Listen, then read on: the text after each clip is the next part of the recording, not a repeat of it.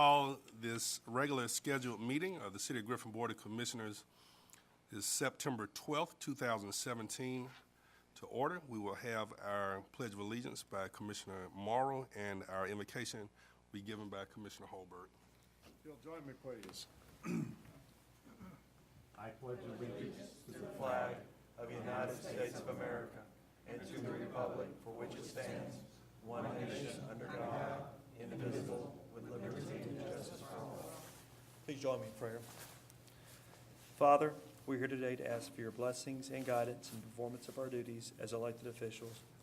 We pray for strength, love, knowledge, and understanding. Help us to recognize and solve the problems that are presented.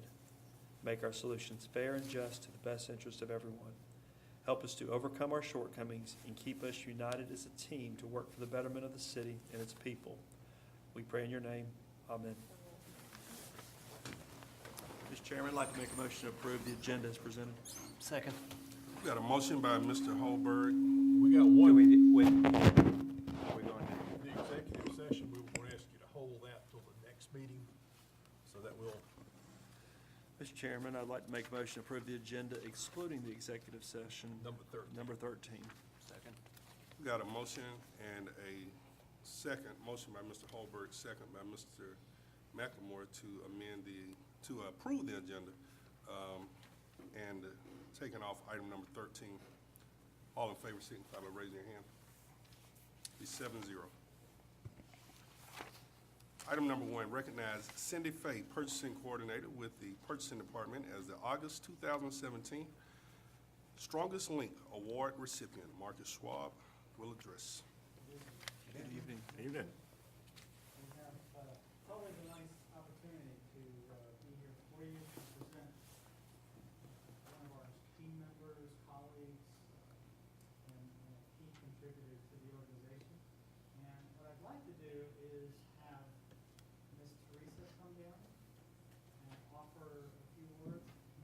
Cindy has been with us since 2009, and she's one of those that I think that mic's getting out. You might want to check it.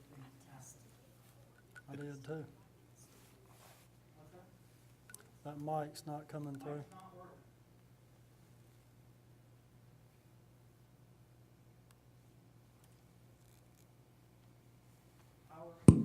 Power would be a good thing, right? I had turned it on. I just turned it back off. I think we're out of battery, perhaps. Did it go back off? Just talk loud. Just talk loud. I'll let you speak and I'll. Go ahead. Okay, so what I'd like to do is have Cindy come on up. And then Ms. Teresa's gonna give us a few words. So Cindy, you've been here since what, 2008, 9? So 9 years. And everything that she does turns to gold. When it comes Except that house. And she's really a joy to work with because she does take a lot of initiative and she sees projects through, and where I fall behind, she's right behind me saying, hey, we need to get on this again, vendors need to be registered, and, or whether it's the purchase orders. And the purchase order system is also a brainchild of Cindy, but it's a very antiquated process. It's still on Excel, and we're always coming to you for additional funding, and then we get halfway there, and in the end, we have to backpedal because of funding issues. And Ms. T, are you coming over?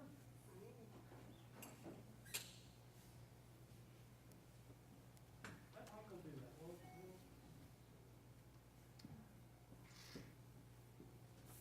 One, two, three. Okay, it's working. The mic's on. So without further ado, I'd like to have Ms. Teresa offer a few words. Thank you. Hope everybody can hear now.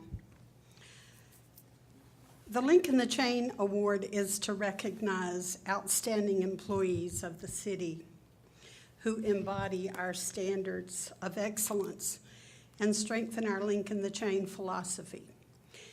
My nominee, Cindy Fay, does that and more, not just by exemplary achievement in her performance as procurement analyst, or as we all know, her purchasing agent, but also by her individual effort, her tireless diligence, her attention to detail, and her attitude of helpfulness to those around her. The city in 2000 and literally had to create a system of public procurement. She quickly implemented processes to take us from our archaic policy of handwritten purchase orders and requisitions to the current practices, covering miles of things in between. She began in May of 2015 to work with vendor management system designed to save time and streamline paperwork. That is known as vendor registry. We can now quickly and easily recruit vendors, maintain their information, notify them of solicitations on one easy-to-use platform. Cindy works with vendor registry closely, often making recommendations to them for improvements or enhancements, which they are happy to receive and implement. Her research and recommendation to use vendor registry made the city's purchasing processes much better. When I approached her in recent months about the issue of contract management, she didn't hesitate. She did some research. She jumped right in. She pointed me in the direction of vendor registry for this process as well.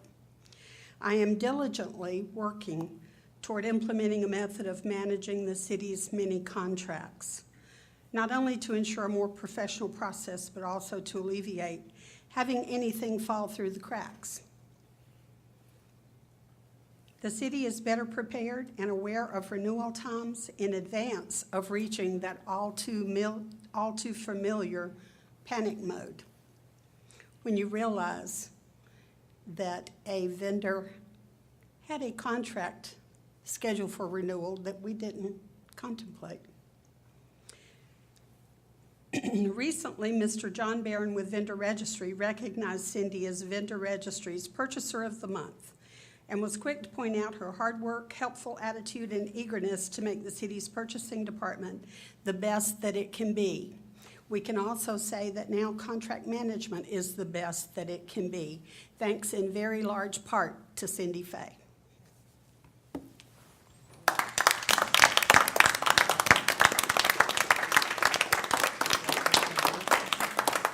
I just want to say thank you. I think for me, when I came to work with the city, the most important thing was to make a difference. And the situation being as it was, pretty much everything I did make a difference. And that's what keeps you going. And hopefully those differences are all positive. Thank you again. They are in my book, so hold on. Tell her about the chain.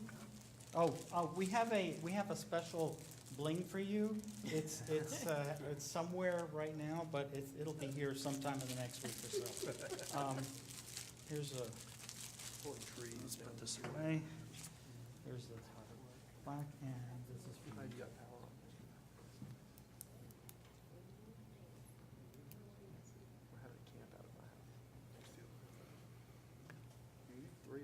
I'm waiting for You got it? You sure? You good? Thank you. All right. Thank you, Cindy. Y'all don't want to talk about those trees. And congratulations again, Ms. Fay. Item number 2, review financial reports for July 2017. Chief Financial Officer Marcus Schwab will address. Yes, sir. All right. One of the topics that I'd like to touch on right quick is Fund 771 for the OPEB fund. And you'll see there, Mr. Holberg, that we are now drawing down $20,000 a month to cover the retiree portion of the PAYGO insurance. And that will continue every month. On the general fund account 101, Yes, sir? we went from 2.2 million to 5.5 million in a 30-day period. Yes. And I have a correction to make in this report on the first column. that should be a little bit higher, yes, sir.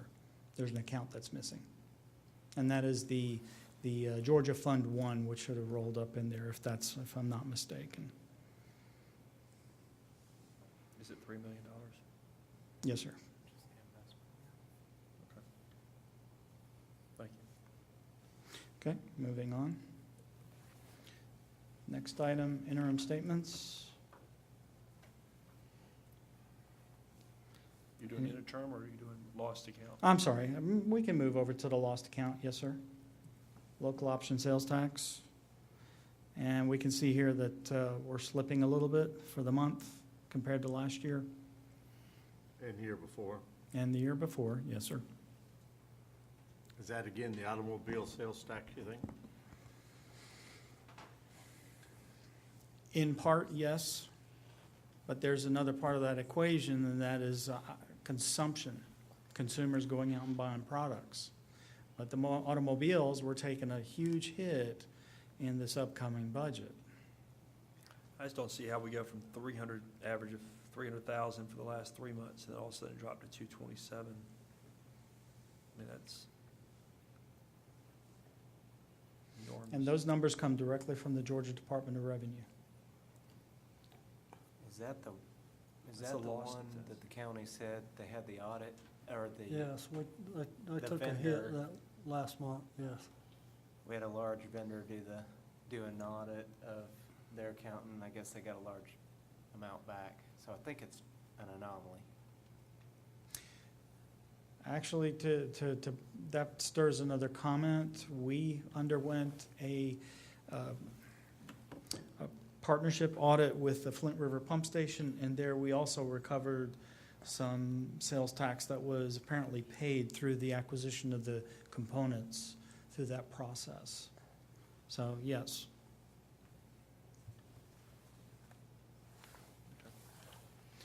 And then we also have the SPLOST collections for the month.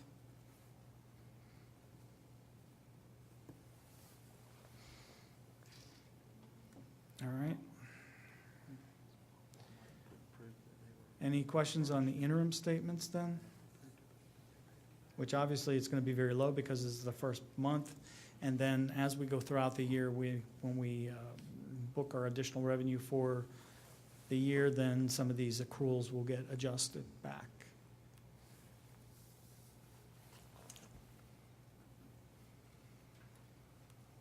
Okay, no questions? No, good, All right. Thank you. thanks. At this time, the chairperson opens the floor to comments from the audience. Comments should relate to a specific agenda item not listed on the agenda for a public hearing or to a concern within the jurisdiction of the city. Commission meetings serve the purpose of conducting city business and are not a forum for the unlimited expression of opinion. Chairperson reserves the right to limit comments to matters germane to city business and may refer speakers to the city manager or other staff for resolution. Is there anyone in the audience tonight that would like to come forward and address the board? Anyone like to address the board? All right, we'll move on to our public hearings. We don't have any. We'll move to our consent agenda. Mr. Chairman, unless there's an objection, I move we approve the consent agenda as published.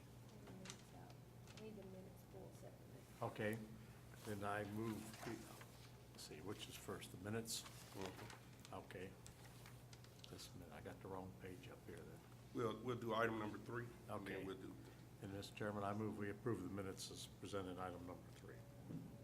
all right, we got a motion and a second. Motion by Mr. Morrow, second by Ms. Ward, to consider minutes from the August 22nd workshop and regular scheduled meeting. Any questions or comments? Being none, all in favor signify by raising your hand. Be 6. Okay, now I move that we approve the remainder of the consent agenda as presented, items 4 and on. Got a motion to approve, and that was 6-0-1 abstention from Ms. Flowers. And now we got a motion to approve items 4 through 9. Got a motion? Make a motion to approve. We already had a motion. Second. Got a second, a motion by Mr. Morris, second by Ms. Ward, to approve items 4 through 9.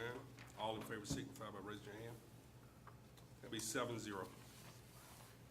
Moving on now to item number 10, our regular scheduled agenda.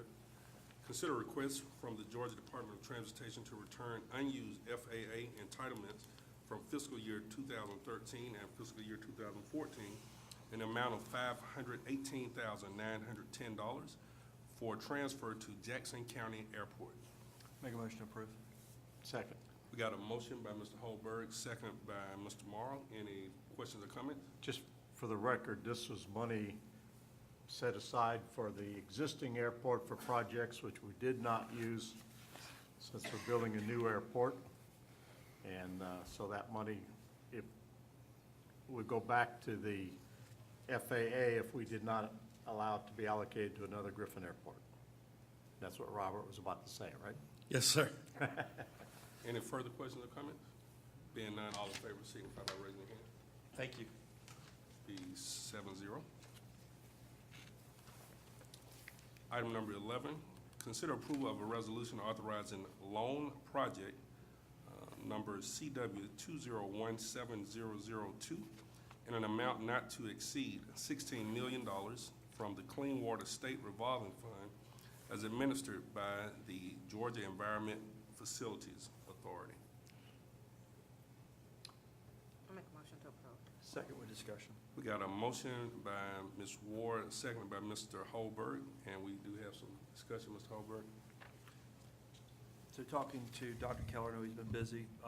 We're looking at doing a rate increase here, potentially with this authorization of 9%, is my understanding, for water and 6% for sewer. Well, that's what the rate model calls for. You're not approving a rate increase with this. We just wanted to make it clear that if you approve a loan for $16 million, we're gonna have to pay it back. On top of the loan that we have for Potato Creek, for the Flint River Pump Station, for Steel Branch, and all the other GFA loans that we have currently, it's going to call for a proposed rate increase probably around the first of the year, if not sooner.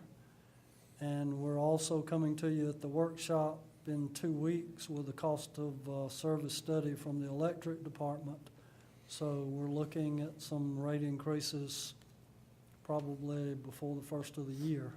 So can we discuss all these rate increases at the workshop in That- terms of? That's the plan, yes, sir.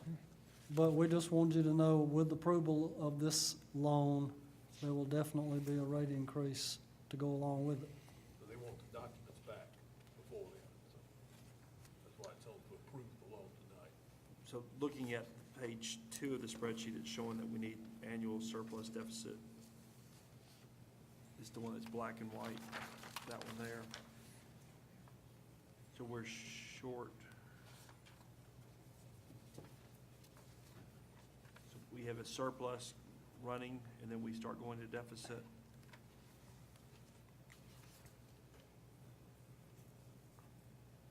I'm just trying to figure out when's our deficit start happening? This coming year in 2018. 2018. Yes, sir. Mhm. Excuse me. If you recall, when we went through the budget presentation, we covered all of our debt service through this fiscal year, barely, in anticipation of these loans. But it's something that we're gonna have to talk about the next 30 days or so as to how to make ends meet prior to that. So you need roughly, we were just talking about $1.2 million next year. Yes, sir.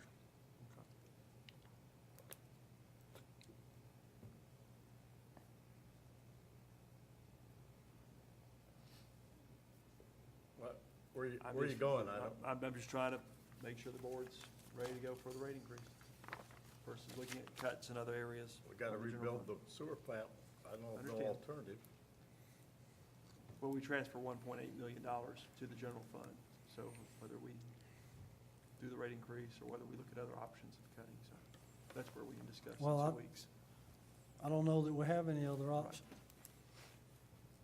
I mean, the general fund is what it is. We've just about, unless you're gonna eliminate some services, the general fund is about what it is. The golf course is $500,000. That's a service that could be eliminated. Other than that, you're gonna quit cutting grass, you're gonna quit cutting right-of-ways, you're gonna quit inspecting buildings. Or we're gonna When we get rid talk of some about people. rate increase, you're just gonna have to be prepared for the same kind of discussion that we've been having. And that goes with the whole service delivery strategy, the whole having a Spalding County contract in hand. We need to know where we're landing with our audit report for the prior year. We need actual, you know, the real numbers of where we ended up. And so, you know, we can say general funds tapped and cut all you want of services, but it's the same conversation we've been having for the past year or 2 years every time we try to bring up rate increases. So just be prepared to explain that information.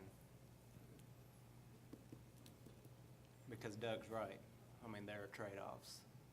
Whether you're going back to the 1.8 million, whether you're going back to negotiating contracts, whether you're going back to how we distribute lost. You know, there's a lot of variables right now to whatever contracts may be coming up. If we're awarded anything, we want to know what happened from the last time we had this discussion, what's changed since that time Yeah, this is all sewer debt, though. for sewer. Yes, sir. But it's all connected. Yeah, As soon as we understood. link every one of our utility funds to a general fund transfer, every one of those things are linked. Agreed. We'll have fun in 2 weeks. Any further questions or comments? Being none, all in favor signify by raising your hand.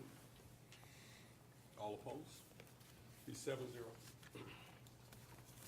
Item number 12, consider on first reading an ordinance amending the city's existing franchise ordinance with Georgia Power Company. Mr. Chair, I move we approve. Second.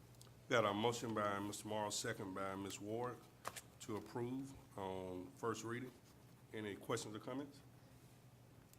Being none, all in favor signify by raising your hand. Any opposed? Be 7-0. All right, city manager's report. Yes, sir, I have a brief update on what we've been going through the last couple of days while Teresa is bringing that up on the computer. Let me remind you that Citizens Government Academy started last Thursday with a great group. If you didn't get a chance to come by, feel free to pop in any Thursday night. This Thursday, we'll be right back in this room at 6:30 as Administrative Services will be giving their presentation. The GMA District 4 Fall Listening Session scheduled for the 21st of this month in Noonan. So if you will let Ms. Watson know as soon as you can so we can make those reservations for those people who plan to go. That's the 21st in Noonan. Doc Holliday Barbecue and Blues is coming up on the 22nd and 23rd, and we have our DBE Forum scheduled for this room on the 25th at 6 p.m. So those are the calendar items. As you know, the last couple of days have been somewhat trying, and I apologize for not being dressed appropriately tonight, but I can only look at Dr. Keller and still feel proud, so. As you know, as the storm was approaching, Governor Deal declared all of Georgia in a state of emergency. And on Monday, Spalding County Chairman signed a declaration of local emergency for all of the county, which included all of the cities. That will help us if we are declared federally as a disaster area. That will help us with our necessary documentation to apply for federal reimbursement. And we'll find that out later, but we are proceeding as if that will be an option. So, Teresa, if you'll just fast forward, just have some quick photographs. We met consistently in the county EOC and in our EOC alternately. We had webinars from GEMA and from the Weather Service over at the county administration, fire administration building, and then in the mornings at 9 o'clock, we met here in our building to go over responses with both all of our departments, the county and the school system. Monday night, we actually had a curfew in place. That was lifted on Tuesday morning. We didn't have any incidences during the night. Some of the photographs just around town of some of the trees down and power outages. At one time, we had about 80% of our electrical system down. Hopefully, by the end of tonight, that will be less than 10%, will still be down. We still have some sections that are down. That's better than circuits, but there are pockets that are still down. We have 2 crews from Alabama who will be here ready to start work first thing in the morning. They're coming through ECG to assist us. And most of East College was back up late this afternoon, but there are some pockets of East College still out. Maple Drive is still going to be out probably until tomorrow. Zebulon Road, Odell Road, Meriwether Street, Poplar Street, and Tinsley are probably, those areas are probably still out until tomorrow. Even when we get sections back up, we're still going to see some limbs, some light wind, some of the what we call widowmakers, where the limbs get on the lines and take them back out. We worked hard to get every end road back up today, and an 18-wheeler came by, grabbed a cable line, and pulled 2 of our poles completely out of the ground after we had them fixed. So they're back out there tonight trying to get every end back up so American Mills and everything out there can be back up for tomorrow. Georgia Power still has about 500 customers in our the Griffin area that's still down that have Georgia Power service, somewhere between 500 and 600. We've still got, as of mid-afternoon, had some roads still closed. Hopefully they'll be back up either tonight or tomorrow in the Poplar area, East College, Quilly, and Odell Road. We had a few what we call Good Samaritan shelters that opened, the United Methodist Church and First Baptist Church. The Red Cross did not open an official shelter, but they are available if any people who had damage to their home needs them. We have their 24-hour number, so we can contact them if somebody needs them.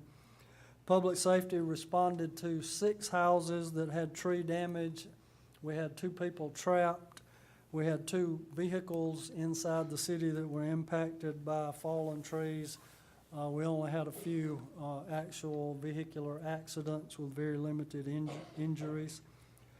Yard waste rules are basically out the window for right now. So if they get it to the curb, we'll try to get it picked up. It's going to take us a while. So it may lay there for a while, but we will eventually get that picked back up. And after we get everything cleaned up, then we'll go back with our new yard waste rules and put those in place. Garbage pickup was delayed 2 days, so Monday's route will be picked up tomorrow. Tuesday's route Thursday, Wednesday's route Friday, Thursday's route Saturday. So we will get that picked up. We'll have one more briefing tomorrow morning in our EOC downstairs with the school system and with the county again. So any of you that want an update, you're welcome to attend. Mayor McCord has been attending all of our updates, so he's been on top of everything. And Mr. Brock came to one. You're welcome to attend that. Hopefully it will be our last one tomorrow morning downstairs. School is out for at least one more day as they assess their buildings. They still have a couple of schools without power.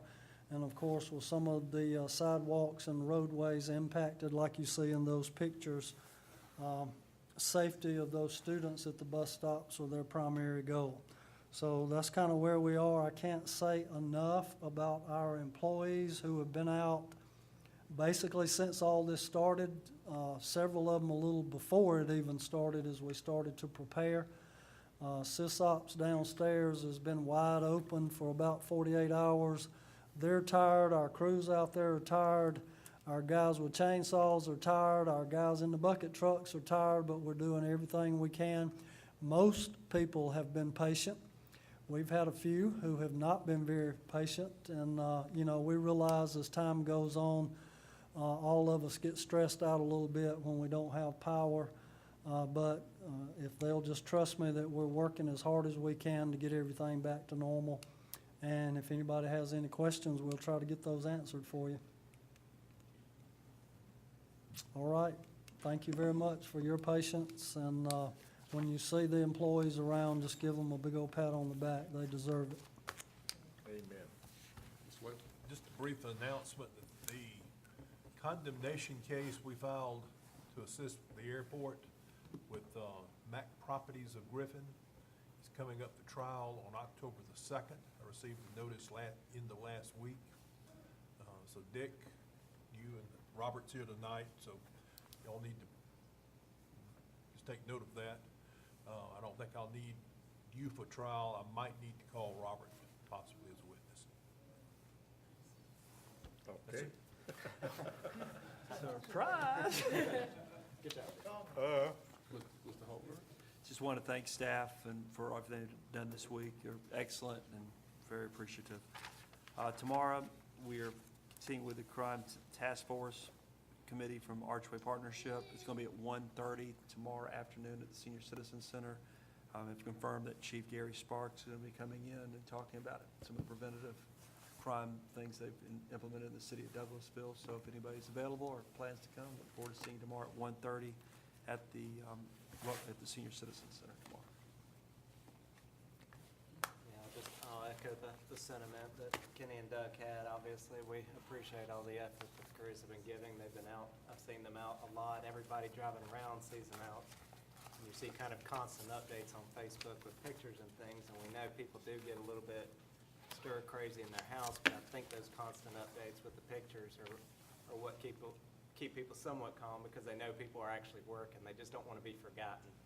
Sometimes they feel like they're forgotten, so the more we can update them through that conversation on there, the more relaxed they'll stay, at least through Thursday, hopefully. Friday, watch out. Yeah. We're still No comment. Mr. Brock? I just want again to kind of echo what the rest of them have said is, we have got an outstanding staff that is cohesive and works together. I was shocked at the meeting I went to that everybody was on the same page at 9 o'clock that morning, still not knowing exactly what we were facing at that time and what was going to happen in the next 2 days. But overall, Griffin should be proud of our city and our county for the opportunity that they give us citizens to live in a county and city that does what a city and county ought to be doing, taking care of their citizens. Thank you. I don't think enough could be said about our employees and the crews out there and the first responders. Incredible. I think back 12 years ago to what our electric system condition was, and I am just amazed how far we've come.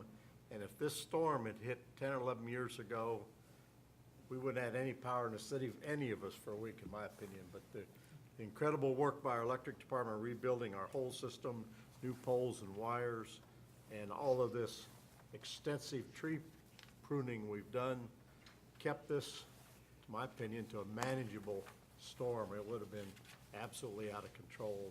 So good vision, good work, good planning. I'm proud of where we've come. I just want to echo what everybody else has said. Thank you all so much for what you do. Well, to add to that, I just want us to continue to pray for those people back on Interstate 75, headed back down to Florida. And I think I came across a few social media posts where people were talking about, oh, the storm, it just turned into, it was not a real hurricane. I don't know if we could handle a real Category 4, 3, 2 hurricane here in our city, and wouldn't want to have to go through what those people are going through. Some are complaining about being out for a couple of days, and there are going to be some people probably going to be out for a couple of weeks without power, not knowing what they're going back home to. So keep those people in your prayers. And I have to say, I know we mentioned the city and the county and everybody working hard, but Mr. Brian Miller and the work that he put in, giving all these updates was tremendous. Kept a lot of people from calling the elected officials because we had the information out there and the pictures showing people out working also added to the value of what our people were doing, and that's when social media works at its best.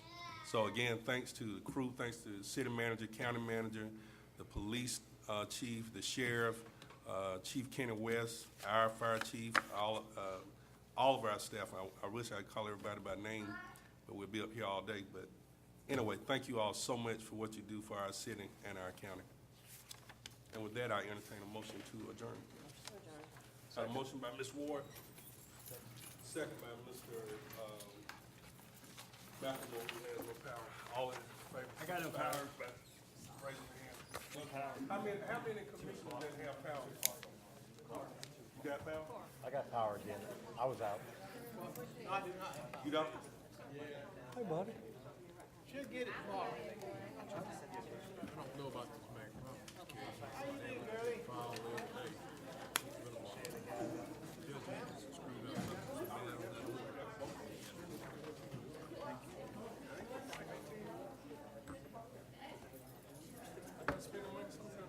Yes, sir. Let me know if you need anything. Mayor, thank you.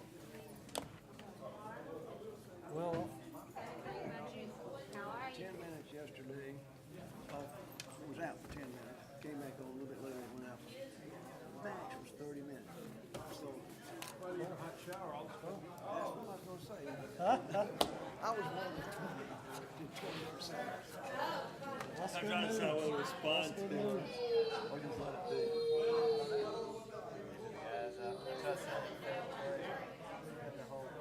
Yeah, so. Oh, it did? Okay, I got it. Cause it, oh, okay, this last one.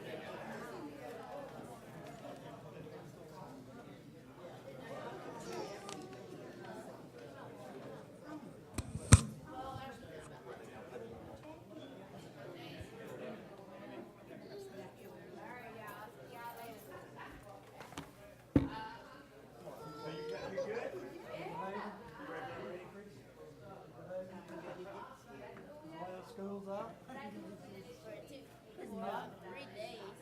3 days, that's good though.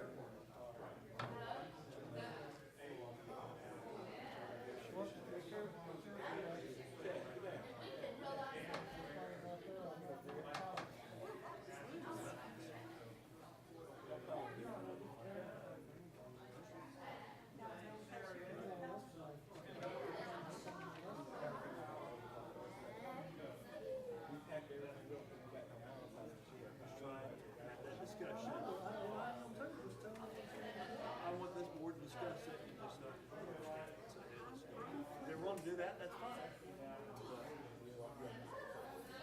The candidates out there.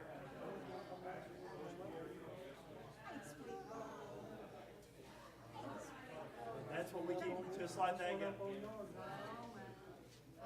That's what people keep saying, keep going up, and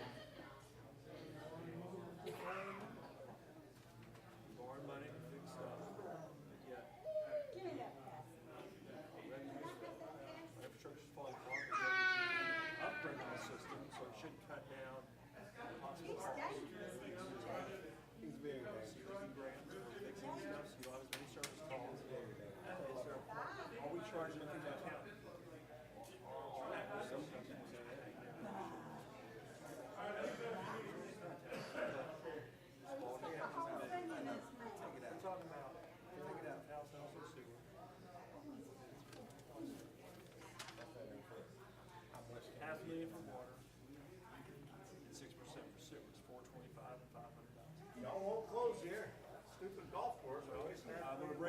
discussion up again. So here it is, it's parking and rec, county, I was hoping to negotiate with the county on that. But they drug ass on House Bill 49. So I'm ready just to shut, I'm ready to say, okay, we're just gonna shut off parks and everything. Sell it, do whatever. We've got to figure out how to do revenue enhancement someplace or cut back. At some point, I think we have to figure out how to cut the police budget $1 million somehow, somewhere, at some point in time. And that's what I've been, keep pushing on. That's What's one. wrong with raising the sewer rates? I mean, the police budget, we've already cut those 20 positions. But yet we're still But we paying, had- we but had we're to still go up spending on nine. their- We had to go up on their salary in order to keep what few we could keep. Our What's wrong with turnover- raising sewer rates? Is our that a big turnover deal? in the It's water police and sewer department rates. is probably 50%. You and I are very thrifty. We keep our thermostat at 78, 80 degrees. We make sure when we brush our teeth, we wet our toothbrush, turn the faucet off, brush our teeth, rinse it. We are very thrifty. My utility bill was $306 this past month. The month before that was $225. But yet, we keep getting hammered about being the highest rate and all this other stuff. And so, They're the ones using it. I mean, I understand what you're saying, but